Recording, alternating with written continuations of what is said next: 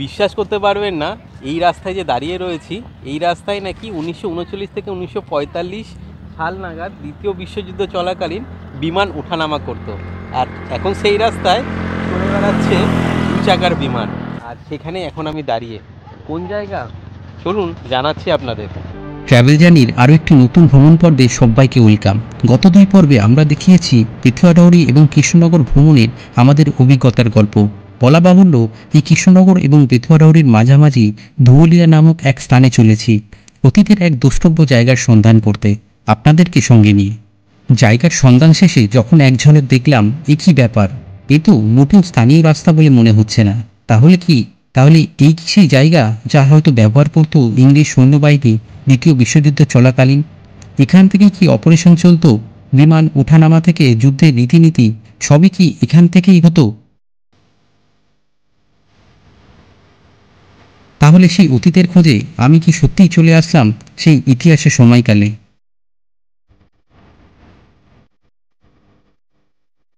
বর্তমানে 2-1 বছর ধরে ইউটিউবে ট্র্যাভেল ভ্লগ করার সুবাদে ঘুরেছি নানান জায়গা এবং সেই ঘোরাঘুরির মধ্যে পেয়েছি ব্রিটিশ সময়কালের কিছু পরিত্যক্ত এয়ারফিল্ডের সন্ধান।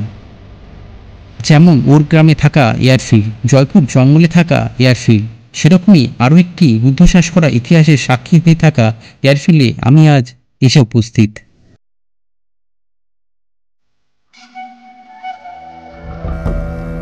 1939 থেকে 1945 সাল দ্বিতীয় বিশ্বযুদ্ধের সময়কাল।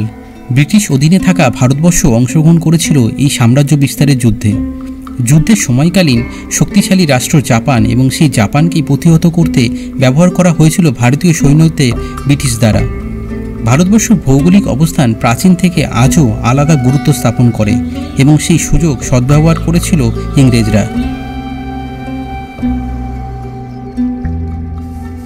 ধুবুলিয়া একসময় ধুধু বালিয়াড়ির অবস্থান ছিল নাকি এই স্থানে, তাই সেই ধুধু এবং বালিয়াড়ি থেকে এক প্রকার নাম এসেছে এই জনপদের।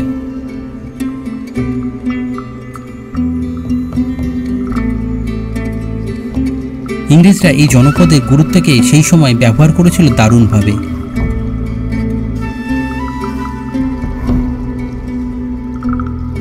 যুদ্ধবিমান ওঠানামা থেকে অস্ত্রাদি পণ্য সামগ্রী প্রয়োজনীয় নানান জায়গায় পৌঁছানোর কাছে ব্যবহার করেছিল এই বিমান ঘাঁটিকে।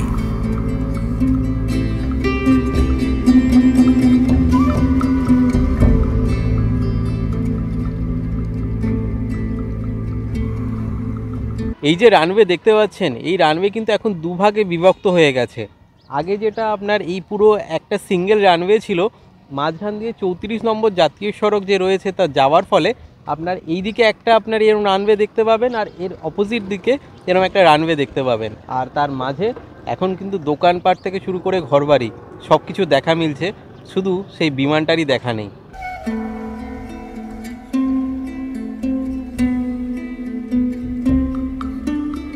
যুদ্ধ শেষ হলো। ভারতবর্ষের পরাধীনতার শিকলকে এক প্রকার বাধ্য হয়ে খুলে দিয়ে ইংরেজরা বিদায় নিল দেশ থেকে। এরপর সময় বয়ে চলল।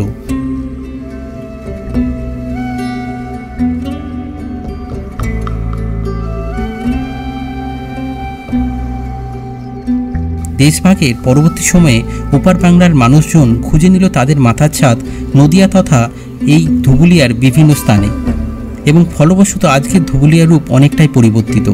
কিন্তু ঘটেনি পরিবর্তন শুধু ইতিহাসের, এবং ইতিহাসের সাথে জড়িত এই বিমান ঘাঁটির।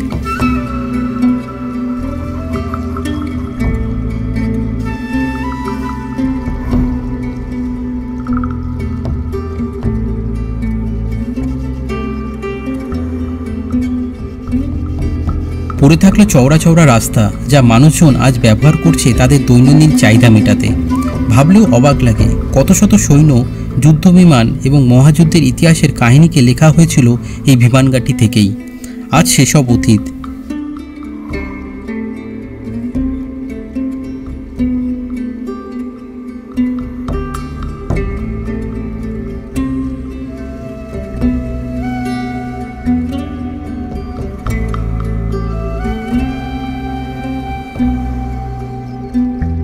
এবার যে অতীতকে উপলব্ধি করে এগিয়ে চলার পালা।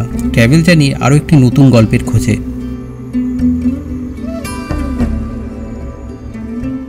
দিনের এই ট্র্যাভেল জার্নি কেমন লাগলো যদি ভালো লাগে লাইক এবং শেয়ার করবেন, আর কমেন্ট করে আপনাদের মতামত জানাবেন, আর সাবস্ক্রাইব করে আমাদের আর উৎসাহিত করবেন এরকম জার্নিতে আপনাদের সঙ্গী করে নিতে।